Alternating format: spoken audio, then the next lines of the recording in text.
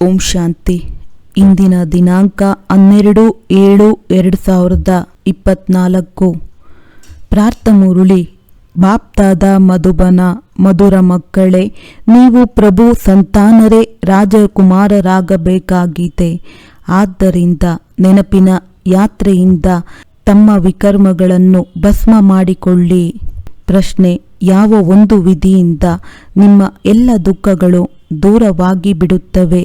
ಉತ್ತರ: ಯಾವಾಗ ನೀವು ತಮ್ಮ ದೃಷ್ಟಿಯನ್ನು ತಂದೆಯ ದೃಷ್ಟಿಯೊಂದಿಗೆ ಜೋಡಿಸುತ್ತೀರೋ ಆಗ ದೃಷ್ಟಿಯ ಜೋಡಣೆಯಿಂದ ನಿಮ್ಮ ಎಲ್ಲ ದುಃಖಗಳು ದೂರವಾಗಿ ಬಿಡುತ್ತವೆ. ಏಕೆಂದರೆ ತಮ್ಮನ್ನು ಆತ್ಮನೆಂದು ತಿಳಿದು ತಂದೆಯನ್ನು ನೆನಪು ಮಾಡುವುದರಿಂದ ಎಲ್ಲ ಪಾಪಗಳು ತುಂಡಾಗುತ್ತವೆ. ಇದೇ ನಿಮ್ಮ ನೆನಪಿನ ಯಾತ್ರೆಯಾಗಿದೆ. ನೀವು ದೇಹದ ಎಲ್ಲ ಧರ್ಮಗಳನ್ನು ಬಿಟ್ಟು ತಂದೆಯನ್ನು ನೆನಪು ಮಾಡುತ್ತೀರಿ. ಇದರಿಂದ ಆತ್ಮವು ಸತೋಪ್ರಧಾನವಾಗಿ ಬಿಡುತ್ತದೆ. ನೀವು ಸುಖಧಾಮದ ಮಾಲೀಕರಾಗಿ ಬಿಡುತ್ತೀರಿ. ಓಂ ಶಾಂತಿ. ಶಿವ ಭಗವಾನು ವಾಚ: ತಮ್ಮನ್ನು ಆತ್ಮನೆಂದು ತಿಳಿದು ಕುಳಿತುಕೊಳ್ಳಿ. ತಂದೆಯು ಆದೇಶಿಸುತ್ತಾರೆ. ಶಿವ ಭಗವಾನು ವಾಚ ಅಂದರೆ ಶಿವ ತಂದೆಯು ತಿಳಿಸುತ್ತಾರೆ. ಮಕ್ಕಳೇ, ತಮ್ಮನ್ನು ಆತ್ಮನೆಂದು ತಿಳಿದು ಕುಳಿತುಕೊಳ್ಳಿ. ಏಕೆಂದರೆ ನೀವೆಲ್ಲರೂ ಸಹೋದರರಾಗಿದ್ದೀರಿ. ಒಬ್ಬ ತಂದೆಯ ಮಕ್ಕಳಾಗಿದ್ದೀರಿ. ಒಬ್ಬ ತಂದೆಯಿಂದಲೇ ಆಸ್ತಿಯನ್ನು ಪಡೆಯಬೇಕಾಗಿದೆ. 5000 ವರ್ಷಗಳ ಮೊದಲೂ ಸಹ ತಂದೆಯಿಂದ ಆಸ್ತಿಯನ್ನು ಪಡೆದಿದ್ದೀರಿ. ಆದಿ ಸನಾತನ ದೇವಿ ದೇವತೆಗಳ ರಾಜಧಾನಿಯಲ್ಲಿದ್ದೀರಿ.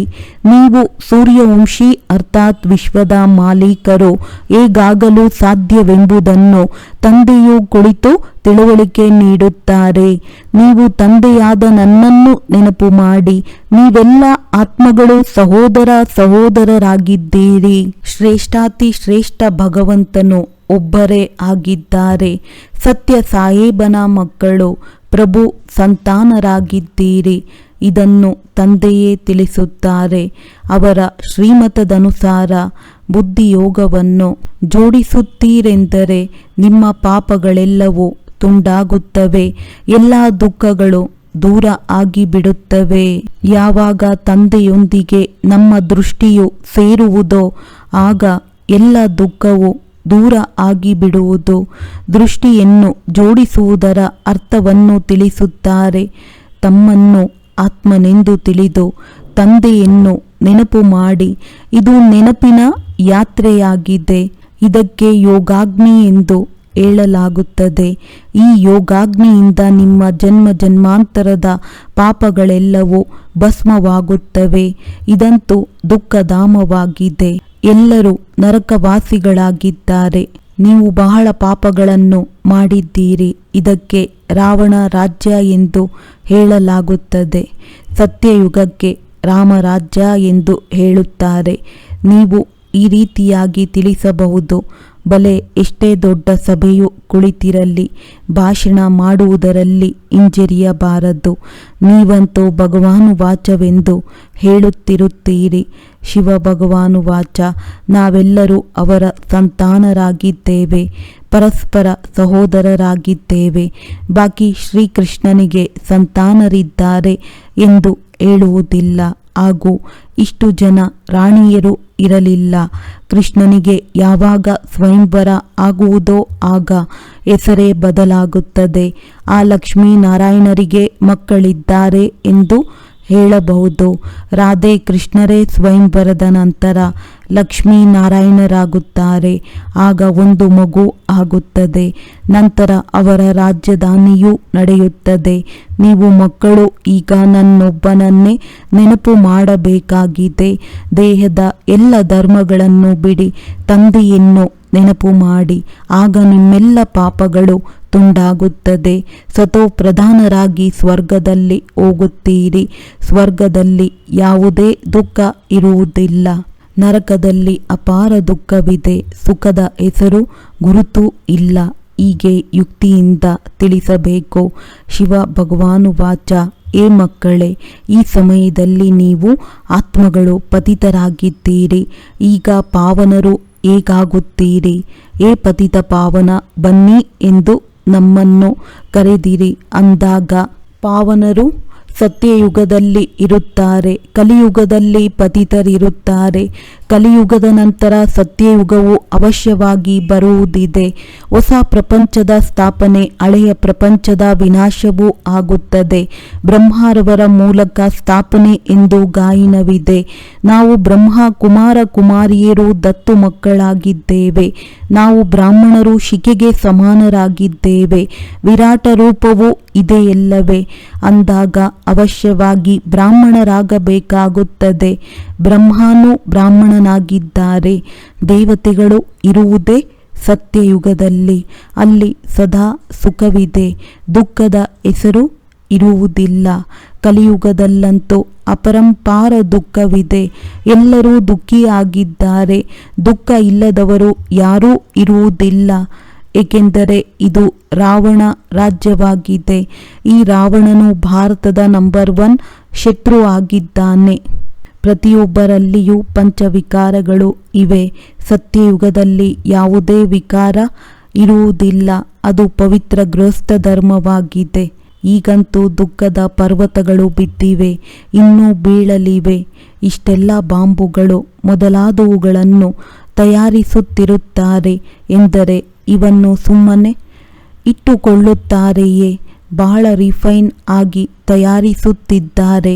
ಮೊದಲು ರಿಹರ್ಸಲ್ ಮಾಡುತ್ತಾರೆ, ನಂತರ ಅಂತಿಮ ತೀರ್ಮಾನವಾಗುತ್ತದೆ. ಈಗ ಸಮಯವು ಬಹಳ ಕಡಿಮೆ ಇದೆ. ನಾಟಕವಂತೂ ತನ್ನ ಸಮಯದಲ್ಲಿ ಮುಕ್ತಾಯವಾಗುತ್ತದೆ ಎಲ್ಲವೇ. ಮೊಟ್ಟ ಮೊದಲು ಶಿವ ತಂದೆಯ ಜ್ಞಾನವಿರಬೇಕು. ಯಾವುದೇ ಭಾಷಣವನ್ನು ಪ್ರಾರಂಭ ಮಾಡಿದಾಗ ಸದಾ ಮೊಟ್ಟ ಮೊದಲು ಶಿವಾಯ ನಮಃ ಎಂದು ಹೇಳುತ್ತಾರೆ. ಏಕೆಂದರೆ ಶಿವ ತಂದೆಯ ಮಹಿಮೆಯು ಮತ್ಯಾರಿಗೂ ಇರಲು ಸಾಧ್ಯವಿಲ್ಲ. ಶಿವ ಜಯಂತಿಯೇ ವಜ್ರ ಸಮಾನವಾಗಿದೆ. ಕೃಷ್ಣನ ಚರಿತ್ರೆ ಏನೂ ಇಲ್ಲ. ಸತ್ಯಯುಗದಲ್ಲಂತೂ ಚಿಕ್ಕ ಮಕ್ಕಳು ಸತೋಪ್ರಧಾನರಾಗಿರುತ್ತಾರೆ. ಮಕ್ಕಳಲ್ಲಿ ಯಾವುದೇ ಚಂಚಲತೆ ಇರುವುದಿಲ್ಲ. ಆದರೆ ಕೃಷ್ಣನು ಬೆಣ್ಣೆ ಕದಿಯುತ್ತಿದ್ದ, ಹೀಗೆ ಮಾಡುತ್ತಿದ್ದ, ಹಾಗೆ ಮಾಡುತ್ತಿದ್ದ ಎಂದು ಕೃಷ್ಣನಿಗೆ ತೋರಿಸುತ್ತಾರೆ. ಹೀಗೆ ಹೇಳುವುದಂತೂ ಕೃಷ್ಣನ ಮಹಿಮೆಯ ಬದಲು ಇನ್ನೂ ನಿಂದನೆ ಆಗುತ್ತದೆ. ಎಷ್ಟೊಂದು ಖುಷಿಯಲ್ಲಿ ಬಂದು ಈಶ್ವರ ಸರ್ವವ್ಯಾಪಿ ಎಂದು ಹೇಳುತ್ತಾರೆ. ನಿಮ್ಮಲ್ಲಿಯೂ ಇದ್ದಾರೆ, ನನ್ನಲ್ಲಿಯೂ ಇದ್ದಾರೆ ಅಂದಾಗ ಇದು ಬಹಳ ದೊಡ್ಡ ನಿಂದನೆ ಆಗಿದೆ. ಆದರೆ ತಮೋಪ್ರಧಾನ ಮನುಷ್ಯರು ಇದನ್ನು ಅರಿತುಕೊಳ್ಳುವುದಿಲ್ಲ. ಆದ್ದರಿಂದ ಮೊಟ್ಟ ಮೊದಲು ತಂದೆಯ ಪರಿಚಯವನ್ನು ಕೊಡಬೇಕು. ಅವರು ನಿರಾಕಾರ ತಂದೆಯಾಗಿದ್ದಾರೆ. ಅವರ ಹೆಸರೇ ಆಗಿದೆ ಕಲ್ಯಾಣಕಾರಿ ಶಿವ. ಸರ್ವರ ಸದ್ಗತಿದಾತನಾಗಿದ್ದಾರೆ. ಆ ನಿರಾಕಾರ ತಂದೆ ಸುಖದ ಸಾಗರ, ಶಾಂತಿಯ ಸಾಗರ ಆಗಿದ್ದಾರೆ ಅಂದಾಗ ಇಷ್ಟೊಂದು ದುಃಖವು ಏಕೆ ಆಗಿದೆ? ಏಕೆಂದರೆ ರಾವಣ ರಾಜ್ಯವಾಗಿದೆ. ರಾವಣನು ಎಲ್ಲರ ಶತ್ರು ಆಗಿದ್ದಾನೆ. ರಾವಣನನ್ನು ಸಾಯಿಸುತ್ತಾರೆ, ಆದರೆ ಸಾಯುವುದೇ ಇಲ್ಲ. ಇಲ್ಲಿ ಕೇವಲ ಒಂದು ದುಃಖವಲ್ಲ, ಅಪರಂಪಾರ ದುಃಖವಿದೆ. ಸತ್ಯಯುಗದಲ್ಲಿ ಅಪರಂಪಾರ ಸುಖವಿರುತ್ತದೆ.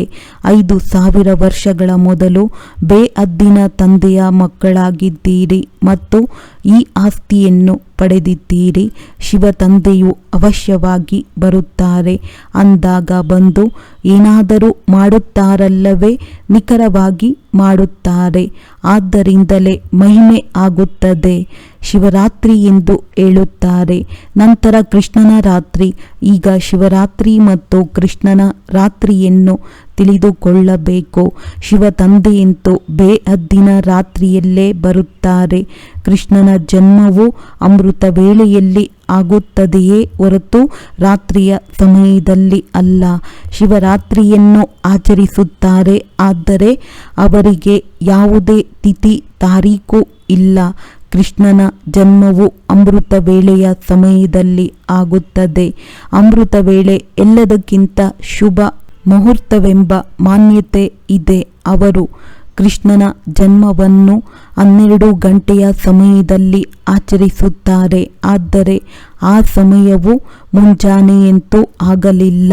ಪ್ರಭಾತವೆಂದರೆ ಬೆಳಿಗ್ಗೆ 2-3 ಗಂಟೆಯ ಸಮಯಕ್ಕೆ ಹೇಳಲಾಗುತ್ತದೆ. ಆಗ ಸ್ಮರಣೆಯನ್ನು ಮಾಡಬಹುದು. ಆದರೆ 12 ಗಂಟೆಗೆ ವಿಕಾರದಿಂದ ಎದ್ದು ಯಾರಾದರೂ ಭಗವಂತನ ಹೆಸರನ್ನು ತೆಗೆದುಕೊಳ್ಳುವವರೇ? ಇಲ್ಲವೇ ಇಲ್ಲ. 12 ಗಂಟೆಯ ಸಮಯಕ್ಕೆ ಅಮೃತ ವೇಳೆ ಎಂದು ಹೇಳುವುದಿಲ್ಲ. ಆ ಸಮಯದಲ್ಲಿ ಮನುಷ್ಯರು ಪತಿತರಾಗುತ್ತಾರೆ. ವಾಯುಮಂಡಲವೇ ಹಾಳಾಗಿರುತ್ತದೆ. 1:30 ಗಂಟೆಯ ಸಮಯದಲ್ಲಿ ಯಾರಾದರೂ ಹೇಳುತ್ತಾರೆಯೇ? 3-4 ಗಂಟೆಯ ಸಮಯವೂ ಅಮೃತ ವೇಳೆಯಾಗಿದೆ. ಆ ವೇಳೆ ಎದ್ದು ಮನುಷ್ಯರು ಭಕ್ತಿ ಮಾಡುತ್ತಾರೆ. ಈ ಸಮಯವಂತೂ ಮನುಷ್ಯರೇ ಮಾಡಿಕೊಂಡಿದ್ದಾರೆ. ಆದರೆ ಅದು ಸಮಯವಲ್ಲ ಅಂದಾಗ ಕೃಷ್ಣನ ವೇಳೆಯನ್ನು ತೆಗೆಯಬಹುದು. ಆದರೆ ಶಿವನ ವೇಳೆಯನ್ನು ತೆಗೆಯಲು ಸಾಧ್ಯವಿಲ್ಲ. ಇದನ್ನು ತಾವೇ ಬಂದು ತಿಳಿಸುತ್ತಾರೆ ಅಂದಾಗ ಮೊಟ್ಟಮೊದಲು ಶಿವತಂದೆಯ ಮಹಿಮೆಯನ್ನು ತಿಳಿಸಬೇಕು. ಗೀತೆಯನ್ನು ಮೊದಲೇ ಹಾಕಬೇಕು, ಕೊನೆಯಲ್ಲಿ ಅಲ್ಲ. ಶಿವತಂದೆಯು ಎಲ್ಲರಿಗಿಂತ ಮಧುರ ತಂದೆಯಾಗಿದ್ದಾರೆ. ಅವರಿಂದ ಬೇಹದ್ದಿನ ಆಸ್ತಿಯು ಸಿಗುತ್ತದೆ. ಇಂದಿಗೆ 5000 ವರ್ಷಗಳ ಮೊದಲು ಶ್ರೀಕೃಷ್ಣನು ಸತ್ಯಯುಗದ ಮೊದಲ ರಾಜಕುಮಾರನಾಗಿದ್ದನು. ಅಲ್ಲಿ ಅಪರಂಪಾರ ಸುಖವಿತ್ತು. ಆ ಸ್ವರ್ಗದ ಗಾಯನವನ್ನು ಈಗಲೂ ಮಾಡುತ್ತಿರುತ್ತಾರೆ. ಯಾರೇ ಸತ್ತರೂ ಸ್ವರ್ಗಸ್ಥರಾದರೆಂದು ಹೇಳುತ್ತಾರೆ. ಅರೆ, ಈಗಂತೂ ನರಕವಿದೆ. ಸ್ವರ್ಗವಿದ್ದಿದ್ದರೆ ಸ್ವರ್ಗದಲ್ಲಿ ಪುನರ್ಜನ್ಮವನ್ನು ತೆಗೆದುಕೊಳ್ಳುತ್ತಿದ್ದರು. ತಿಳಿಸಬೇಕು, ನಮ್ಮ ಬಳಿ ಇಷ್ಟು ವರ್ಷಗಳ ಅನುಭವವಿದೆ. ಅದನ್ನು ಕೇವಲ 15 ನಿಮಿಷಗಳಲ್ಲಿ ತಿಳಿಸಲು ಸಾಧ್ಯವಿಲ್ಲ. ಇದರಲ್ಲಿ ಸಮಯ ಬೇಕು. ಮೊಟ್ಟಮೊದಲು 1 ಸೆಕೆಂಡಿನ ಮಾತನ್ನು ತಿಳಿಸುತ್ತೇವೆ. ಬೇಹದ್ದಿನ ತಂದೆ ಯಾರು? ದುಃಖಹರ್ತ ಸುಖಕರ್ತನಾಗಿದ್ದಾರೆ. ಅವರ ಕಥೆಯನ್ನು ಹೇಳುತ್ತೇವೆ. ಅವರು ನಾವೆಲ್ಲ ಆತ್ಮಗಳ ತಂದೆಯಾಗಿದ್ದಾರೆ. ನಾವು ಬ್ರಹ್ಮ ಕುಮಾರ ಕುಮಾರಿಯರೆಲ್ಲರೂ ಶಿವ ತಂದೆಯ ಶ್ರೀಮತದಂತೆ ನಡೆಯುತ್ತೇವೆ. ತಂದೆಯು ತಿಳಿಸುತ್ತಾರೆ, ನೀವೆಲ್ಲರೂ ಸಹೋದರ ಸಹೋದರಿಯರಾಗಿದ್ದೀರಿ. ನಾನು ನಿಮ್ಮ ತಂದೆಯಾಗಿದ್ದೇನೆ. 5000 ವರ್ಷಗಳ ಹಿಂದೆಯೂ ಬಂದಿದ್ದೇನೆ. ಆದ್ದರಿಂದಲೇ ಶಿವ ಜಯಂತಿಯನ್ನು ಆಚರಿಸುತ್ತೇವೆ. ಸ್ವರ್ಗದಲ್ಲಂತೂ ಏನನ್ನೂ ಆಚರಿಸುವುದಿಲ್ಲ. ಶಿವ ಜಯಂತಿಯಾಗುತ್ತದೆ. ಭಕ್ತಿ ಮಾರ್ಗದಲ್ಲಿ ಅದರ ನೆನಪಾರ್ಥವಾಗಿ ಆಚರಣೆ ಮಾಡಲಾಗುತ್ತದೆ. ಈ ಗೀತಾ ಭಾಗವು ಪುನರಾವರ್ತನೆ ಆಗುತ್ತಿದೆ. ಹೊಸ ಪ್ರಪಂಚದ ಸ್ಥಾಪನೆಯು ಬ್ರಹ್ಮರವರ ಮೂಲಕ, ಶಂಕರನ ಮೂಲಕ. ಹಳೆಯ ಪ್ರಪಂಚದ ವಿನಾಶವು ಆಗುತ್ತಿದೆ. ಈಗ ಈ ಹಳೆಯ ಪ್ರಪಂಚದ ವಾಯುಮಂಡಲವನ್ನಂತೂ ನೀವು ನೋಡುತ್ತಿದ್ದೀರಿ. ಈ ಹಳೆಯ ಪ್ರಪಂಚದ ವಿನಾಶವು ಅವಶ್ಯವಾಗಿ ಆಗುವುದಿದೆ. ಆದ್ದರಿಂದಲೇ ಕರೆಯುತ್ತಾರೆ, ನಮ್ಮನ್ನು ಪಾವನ ಪ್ರಪಂಚಕ್ಕೆ ಕರೆದುಕೊಂಡು ಹೋಗಿ. ಇಲ್ಲಿ ಅಪಾರ ದುಃಖವಿದೆ. ಯುದ್ಧ, ಮೃತ್ಯು, ವಿಧವೆತನ, ಜೀವಘಾತ ಮಾಡಿಕೊಳ್ಳುವುದು. ಸತ್ಯಯುಗದಲ್ಲಂತೂ ಅಪಾರ ಸುಖದ ರಾಜ್ಯವಿತ್ತು. ಈ ಗುರಿ ಉದ್ದೇಶದ ಚಿತ್ರವನ್ನು ಅವಶ್ಯವಾಗಿ ತೆಗೆದುಕೊಂಡು ಹೋಗಬೇಕು. ಶ್ರೀ ಲಕ್ಷ್ಮೀ ನಾರಾಯಣರು ವಿಶ್ವದ ಮಾಲೀಕರಾಗಿದ್ದರು. 5000 ವರ್ಷಗಳ ಮಾತನ್ನು ತಿಳಿಸುತ್ತೇವೆ. ಇವರು ಈ ಜನ್ಮವನ್ನು ಹೇಗೆ ತೆಗೆದುಕೊಂಡರು? ಎಂತಹ ಕರ್ಮವನ್ನು ಮಾಡಿದ ಕಾರಣ ಈ ರೀತಿ ಆದರು? ಕರ್ಮ ಅಕರ್ಮ ವಿಕರ್ಮದ ಗತಿಯನ್ನು ತಂದೆಯೇ ತಿಳಿಸುತ್ತಾರೆ. ಸತ್ಯಯುಗದಲ್ಲಿ ಕರ್ಮವು ಅಕರ್ಮವಾಗುತ್ತದೆ. ಇಲ್ಲಂತೂ ರಾವಣ ರಾಜ್ಯ ಆಗಿರುವ ಕಾರಣ ಕರ್ಮವು ವಿಕರ್ಮವಾಗಿ ಬಿಡುತ್ತವೆ. ಆದ್ದರಿಂದ ಇದಕ್ಕೆ ಪಾಪಾತ್ಮರ ಪ್ರಪಂಚವೆಂದು ಹೇಳಲಾಗುತ್ತದೆ. ಕಾರ್ಯ ವ್ಯವಹಾರದಲ್ಲಿ ಪಾಪಾತ್ಮರೊಂದಿಗೆ ಈಗ ಹೊಟ್ಟೆಯಲ್ಲಿ ಮಗು ಇದ್ದಾಗ ನಿಶ್ಚಿತಾರ್ಥ ಮಾಡುತ್ತಾರೆ. ಎಷ್ಟೊಂದು ವಿಕಾರಿ ದೃಷ್ಟಿ ಇದೆ. ಇಲ್ಲಂತೂ ಇರುವುದೇ ವಿಕಾರಿ ದೃಷ್ಟಿ. ಸತ್ಯಯುಗದಲ್ಲಿ ನಿರ್ವಿಕಾರಿಗಳು ಎಂದು ಹೇಳಲಾಗುತ್ತದೆ. ಇಲ್ಲಿ ಕಣ್ಣುಗಳು ಬಹಳ ಪಾಪ ಮಾಡುತ್ತವೆ. ಅಲ್ಲಿ ಯಾವುದೇ ಪಾಪಗಳನ್ನು ಮಾಡುವುದಿಲ್ಲ. ಸತ್ಯಯುಗದಿಂದ ಹಿಡಿದು ಕಲಿಯುಗದ ಅಂತ್ಯದವರೆಗೆ ಇತಿಹಾಸ ಭೂಗೋಳವು ಪುನರಾವರ್ತನೆ ಆಗುತ್ತದೆ. ಇದನ್ನಂತೂ ತಿಳಿಯಬೇಕಲ್ಲವೇ? ದುಃಖಧಾಮ ಸುಖಧಾಮವೆಂದು ಏಕೆ ಹೇಳಲಾಗುತ್ತದೆ? ಎಲ್ಲವೂ ಪತಿತ ಮತ್ತು ಪಾವನ ಆಗುವುದರ ಮೇಲೆ ಆಧಾರಿತವಾಗಿದೆ. ಆದ್ದರಿಂದ ತಂದೆಯೂ ತಿಳಿಸುತ್ತಾರೆ, ಕಾಮ ಮಹಾ ಶತ್ರುವಾಗಿದೆ. ಇದನ್ನು ಗೆಲ್ಲುವುದರಿಂದ ನೀವು ಜಗಜ್ಜೀತರಾಗುತ್ತೀರಿ. ಅರ್ಧಕಲ್ಪ ಪವಿತ್ರ ಪ್ರಪಂಚವಿತ್ತು, ಅಲ್ಲಿ ಶ್ರೇಷ್ಠ ದೇವತೆಗಳು ಇದ್ದರು. ಈಗಂತೂ ಭ್ರಷ್ಟಾಚಾರಿಗಳು ಆಗಿದ್ದೀರಿ. ಒಂದು ಕಡೆ ಇದು ಭ್ರಷ್ಟಾಚಾರಿ ಪ್ರಪಂಚವಾಗಿದೆ ಎಂದು ಹೇಳುತ್ತಾರೆ, ಆದರೂ ಎಲ್ಲರಿಗೆ ಶ್ರೀ ಶ್ರೀ ಎಂದು ಹೇಳುತ್ತಿರುತ್ತಾರೆ. ಏನು ಬಂದರೆ ಅದನ್ನೇ ಹೇಳಿಬಿಡುತ್ತಾರೆ.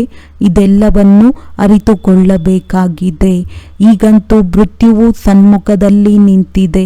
ತಂದೆಯು ತಿಳಿಸುತ್ತಾರೆ, ನನ್ನೊಬ್ಬನನ್ನೇ ನೆನಪು ಮಾಡಿ, ಆಗ ನಿಮ್ಮ ಪಾಪಗಳು ಸಮಾಪ್ತಿಯಾಗುತ್ತವೆ. ನೀವು ಸತೋಪ್ರಧಾನರಾಗುತ್ತೀರಿ, ಸುಖಧಾಮದ ಮಾಲೀಕರಾಗುತ್ತೀರಿ. ಈಗಂತೂ ದುಃಖವೇ ದುಃಖವಿದೆ. ಅವರು ಎಷ್ಟೇ ಸಮ್ಮೇಳನಗಳನ್ನು ಮಾಡಲಿ, ಸಂಘಟನೆ ಮಾಡಲಿ, ಆದರೆ ಇದರಿಂದ ಏನೂ ಆಗುವುದಿಲ್ಲ. ಏಣಿಯನ್ನು ಇಳಿಯುತ್ತಲೇ ಹೋಗುತ್ತಾರೆ. ತಂದೆಯು ತನ್ನ ಕಾರ್ಯವನ್ನು ತಾವು ಮಕ್ಕಳ ಮೂಲಕ ಮಾಡುತ್ತಿದ್ದಾರೆ. ಪತಿತ ಪಾವನನನ್ನೇ ಬನ್ನಿರಿ ಎಂದು ನೀವು ಕರೆದಿರಿ. ಆದ್ದರಿಂದ ನಾನು ನನ್ನ ಸಮಯದಲ್ಲಿ ಬಂದಿದ್ದೇನೆ. ಯದಾ ಯದಾ ಧರ್ಮಸ್ಯ ಗ್ಲಾನಿರ್ಭವತಿ ಭಾರತ. ಇದರ ಅರ್ಥವನ್ನು ತಿಳಿದುಕೊಂಡಿಲ್ಲ. ತಂದೆಯನ್ನು ಕರೆಯುತ್ತಾರೆ ಎಂದರೆ ಅವಶ್ಯವಾಗಿ ಪತಿತರಾಗಿದ್ದಾರೆ ಎಂದರ್ಥ. ರಾವಣ ನಿಮ್ಮನ್ನು ಪತಿತರನ್ನಾಗಿ ಮಾಡುತ್ತಾನೆ ಎಂದು ತಂದೆಯು ತಿಳಿಸುತ್ತಾರೆ. ಈಗ ನಾನು ಪಾವನರನ್ನಾಗಿ ಮಾಡುತ್ತೇನೆ. ಅದು ಪಾವನ ಪ್ರಪಂಚವಾಗಿದೆ, ಈಗ ಪತಿತ ಪ್ರಪಂಚವಾಗಿದೆ. ಈಗ ಎಲ್ಲರಲ್ಲಿಯೂ ಪಂಚವಿಕಾರಗಳಿವೆ. ಅಪರಂಪಾರ ದುಃಖವಿದೆ. ಎಲ್ಲೆಡೆಯೂ ಅಶಾಂತಿ ಇದೆ. ಯಾವಾಗ ನೀವು ಸಂಪೂರ್ಣ ತಮೋಪ್ರಧಾನ ಪಾಪಾತ್ಮರಾಗಿ ಬಿಡುತ್ತೀರೋ ಆಗ ನಾನು ಬರುತ್ತೇನೆ. ಯಾರು ನನ್ನನ್ನು ಸರ್ವವ್ಯಾಪಿ ಎಂದು ಹೇಳಿ ನನಗೆ ಅಪಕಾರ ಮಾಡುತ್ತಾರೋ ಅಂಥವರಿಗೆ ನಾನು ಉಪಕಾರ ಮಾಡಲು ಬರುತ್ತೇನೆ. ಈ ಪತಿತ ರಾವಣ ಪ್ರಪಂಚದಲ್ಲಿ ಬನ್ನಿ, ಪತಿತ ಶರೀರದಲ್ಲಿ ಬನ್ನಿ ಎಂದು ನೀವು ನನಗೆ ನಿಮಂತ್ರಣ ನೀಡುತ್ತೀರಿ. ನನಗೆ ರಥವಂತೂ ಬೇಕಲ್ಲವೇ? ಪಾವನ ರಥ ಬೇಕಿಲ್ಲ. ರಾವಣ ರಾಜ್ಯದಲ್ಲಿ ಇರುವುದೇ ಪತಿತರು, ಯಾರೂ ಪಾವನರಿಲ್ಲ. ಎಲ್ಲರೂ ವಿಕಾರದಿಂದಲೇ ಜನ್ಮ ಪಡೆಯುತ್ತಾರೆ. ಇದು ವಿಕಾರಿ ಪ್ರಪಂಚವಾಗಿದೆ. ಸತ್ಯಯುಗವು ನಿರ್ವಿಕಾರಿ ಪ್ರಪಂಚವಾಗಿದೆ. ಈಗ ತಮೋಪ್ರಧಾನದಿಂದಲೇ ಸತೋಪ್ರಧಾನರು ಹೇಗಾಗುತ್ತೀರಿ? ಪತಿತ ಪಾವನನಂತೂ ನಾನೇ ಆಗಿದ್ದೇನೆ. ನನ್ನ ಜೊತೆ ಯೋಗವನ್ನು ಇಡಿ. ಇದು ಭಾರತದ ಪ್ರಾಚೀನ ರಾಜಯೋಗವಾಗಿದ್ದೆ. ಅವಶ್ಯವಾಗಿ ಬರುವುದು ಗೃಹಸ್ಥ ಮಾರ್ಗದಲ್ಲಿಯೇ. ಎಷ್ಟು ವಿಚಿತ್ರವಾದ ರೀತಿಯಲ್ಲಿ ಬರುತ್ತಾರೆ ಇವರು. ತಂದೆಯೂ ಆಗಿದ್ದಾರೆ, ತಾಯಿಯೂ ಆಗಿದ್ದಾರೆ. ಏಕೆಂದರೆ ಗೋಮುಖವೂ ಬೇಕು, ಅದರಿಂದ ಜ್ಞಾನಾಮೃತವೂ ಬರಬೇಕು. ಆದ್ದರಿಂದ ಇವರು ಬ್ರಹ್ಮ ಮಾತಪಿತನಾಗಿದ್ದಾರೆ. ನಂತರ ಮಾತೆಯರ ಸಂಭಾಲನೆಗಾಗಿ ಸರಸ್ವತಿಯವರನ್ನು ನಿಮಿತ್ತವಾಗಿ ಇಟ್ಟಿದ್ದಾರೆ. ಅವರಿಗೆ ಜಗದಂಬೆ ಎಂದು ಹೇಳಲಾಗುತ್ತದೆ, ಕಾಳಿ ಮಾತೆ ಎಂದು. ಆದರೆ ಈ ರೀತಿ ಶರೀರವೂ ಕಪ್ಪಾಗಿರುತ್ತದೆಯೇ? ಕೃಷ್ಣನನ್ನೂ ಸಹ ಕಪ್ಪು ಮಾಡಿಬಿಟ್ಟಿದ್ದಾರೆ. ಏಕೆಂದರೆ ಕಾಮಚಿತೆಯ ಮೇಲೆ ಕುಳಿತು ಕಪ್ಪಾಗಿದ್ದಾರೆ. ಕೃಷ್ಣನೇ ಶ್ಯಾಮ ಮತ್ತು ಸುಂದರನಾಗುತ್ತಾನೆ. ಇವೆಲ್ಲ ಮಾತುಗಳನ್ನು ತಿಳಿದುಕೊಳ್ಳಲು ಸಹ ಸಮಯ ಬೇಕು. ಇದು ಕೋಟಿಯಲ್ಲಿ ಕೆಲವರು, ಕೆಲವರಲ್ಲಿಯೂ ಕೆಲವರ ಬುದ್ಧಿಯಲ್ಲಿಯೇ ಕುಳಿತುಕೊಳ್ಳುವುದು. ಏಕೆಂದರೆ ಎಲ್ಲರಲ್ಲಿಯೂ ಪಂಚವಿಕಾರಗಳು ಪ್ರವೇಶವಾಗಿದೆ. ನೀವು ಈ ಮಾತನ್ನು ಸಭೆಯಲ್ಲಿಯೂ ತಿಳಿಸಬಹುದು. ಏಕೆಂದರೆ ಯಾರಿಗೆ ಬೇಕಾದರೂ ತಿಳಿಸುವ ಹಕ್ಕಿದೆ. ಇಂತಹ ಅವಕಾಶವನ್ನು ತೆಗೆದುಕೊಳ್ಳಬೇಕು. ಬಹಳ ದೊಡ್ಡ ಸಭೆಯಲ್ಲಿ ಮಧ್ಯದಲ್ಲಿ ಯಾರಾದರೂ ಪ್ರಶ್ನೆಯೂ ಮಾಡಬಹುದು. ಆಗ ನಿಮಗೆ ಕೇಳಲು ಇಷ್ಟವಿಲ್ಲವೆಂದರೆ ಶಾಂತಿಯಿಂದ ಹೊರಟು ಹೋಗಿ ಮಾತನಾಡಬೇಡಿ. ಹೀಗೆ ತಿಳಿಸಿಕೊಡಿ. ಈಗಂತೂ ಅಪಾರ ದುಃಖವಿದೆ. ದುಃಖದ ಪರ್ವತಗಳೇ ಬೀಳುವುದಿದೆ. ನಾವು ತಂದೆಯನ್ನು ರಚನೆಯನ್ನು ತಿಳಿದುಕೊಂಡಿದ್ದೇವೆ, ನೀವು ಯಾರ ಪರಿಚಯವನ್ನು ತಿಳಿದುಕೊಂಡಿಲ್ಲ. ತಂದೆಯು ಭಾರತವನ್ನು ಯಾವಾಗ ಸ್ವರ್ಗವನ್ನಾಗಿ ಮಾಡಿದರು ಮತ್ತು ಹೇಗೆ ಮಾಡಿದರು ಇದು ನಿಮಗೆ ಗೊತ್ತಿಲ್ಲ. ಬಂದರೆ ನಾವು ಅದನ್ನು ತಿಳಿಸಿಕೊಡುತ್ತೇವೆ. 84 ಜನ್ಮಗಳನ್ನು ಹೇಗೆ ತೆಗೆದುಕೊಳ್ಳುತ್ತೇವೆ? 7 ದಿನಗಳ ಸಾಪ್ತಾಹಿಕ ಶಿಕ್ಷಣವನ್ನು ತೆಗೆದುಕೊಂಡರೆ ನಾವು ನಿಮ್ಮನ್ನು 21 ಜನ್ಮಗಳಿಗಾಗಿ ಪಾಪಾತ್ಮರಿಂದ ಪುಣ್ಯಾತ್ಮರನ್ನಾಗಿ ಮಾಡಿಬಿಡುತ್ತೇವೆ. ಒಳ್ಳೆಯದು. ಮಧುರಾತಿ ಮಧುರ ಅಗಲಿ ಮರಳಿ ಸಿಕ್ಕಿರುವಂತಹ ಮಕ್ಕಳಿಗೆ ಪ್ರೀತಿಯ ಮಾತ್ಪಿತಾ ಬಾಪ್ತಾದರವರ ನೆನಪು, ಪ್ರೀತಿ ಹಾಗೂ ಸುಪ್ರಭಾತ. ಆತ್ಮೀಯ ಮಕ್ಕಳಿಗೆ ಆತ್ಮೀಯ ತಂದೆಯ ನಮಸ್ತೆ. ಧಾರಣೆಗಾಗಿ ಮುಖ್ಯ ಸಾರ. ತಂದೆ ಕರ್ಮ ಅಕರ್ಮ ವಿಕರ್ಮದ ಯಾವ ಗುಹ್ಯ ಗತಿಯನ್ನು ತಿಳಿಸಿದ್ದಾರೆಯೋ ಅದನ್ನು ಬುದ್ಧಿಯಲ್ಲಿ ಇಟ್ಟುಕೊಂಡು ಪಾಪಾತ್ಮರೊಂದಿಗೆ ಈಗ ವ್ಯವಹರಿಸಬಾರದಾಗಿದೆ. ಶ್ರೀಮತದನುಸಾರ ಒಬ್ಬ ತಂದೆಯೊಂದಿಗೆ ಈಗ ಬುದ್ಧಿಯನ್ನು ಇಡಬೇಕಾಗಿದೆ. ಸತೋಪ್ರಧಾನರಾಗುವ ಪುರುಷಾರ್ಥ ಮಾಡಬೇಕಾಗಿದೆ. ದುಃಖಧಾಮವನ್ನು ಸುಖಧಾಮವನ್ನಾಗಿ ಮಾಡಲು ಪತಿತರಿಂದ ಪಾವನರಾಗುವ ಪುರುಷಾರ್ಥ ಮಾಡಬೇಕಾಗಿದೆ. ವಿಕಾರಿ ದೃಷ್ಟಿಯನ್ನು ಪರಿವರ್ತಿಸಿಕೊಳ್ಳಬೇಕಾಗಿದೆ. ವರದಾನ: ಜ್ಞಾನಪೂರ್ಣರಾಗಿ ಸರ್ವ ವ್ಯರ್ಥದ ಪ್ರಶ್ನೆಗಳನ್ನು ಯಜ್ಞದಲ್ಲಿ ಸ್ವಾಹ ಮಾಡುವಂತಹ ನಿರ್ವಿಘ್ನ ಭವ. ಯಾವಾಗ ಏನಾದರೂ ವಿಘ್ನ ಬಂದಾಗ ಏನು ಏಕೆ ಎಂಬ ಅನೇಕ ಪ್ರಶ್ನೆಗಳಲ್ಲಿ ಹೋಗಿ ಬಿಡುವಿರಿ. ಪ್ರಶ್ನಾಚಿತ್ತರಾಗುವುದು ಅರ್ಥಾತ್ ಬೇಸರ ಆಗುವುದು. ಜ್ಞಾನಪೂರ್ಣರಾಗಿ ಯಜ್ಞದಲ್ಲಿ ಸರ್ವ ವ್ಯರ್ಥ ಪ್ರಶ್ನೆಗಳನ್ನು ಸ್ವಾಹ ಮಾಡಿಬಿಡಿ. ಆಗ ನಿಮ್ಮ ಸಮಯವೂ ಸಹ ಉಳಿಯುವುದು ಮತ್ತು ಇನ್ನೊಬ್ಬರ ಸಮಯವೂ ಸಹ ಉಳಿಯುವುದು. ಇದರಿಂದ ಸಹಜವಾಗಿ ನಿರ್ವಿಘ್ನರಾಗಿ ಬಿಡುವಿರಿ. ನಿಶ್ಚಯ ಮತ್ತು ವಿಜಯ ಜನ್ಮಸಿದ್ಧ ಅಧಿಕಾರವಾಗಿದೆ.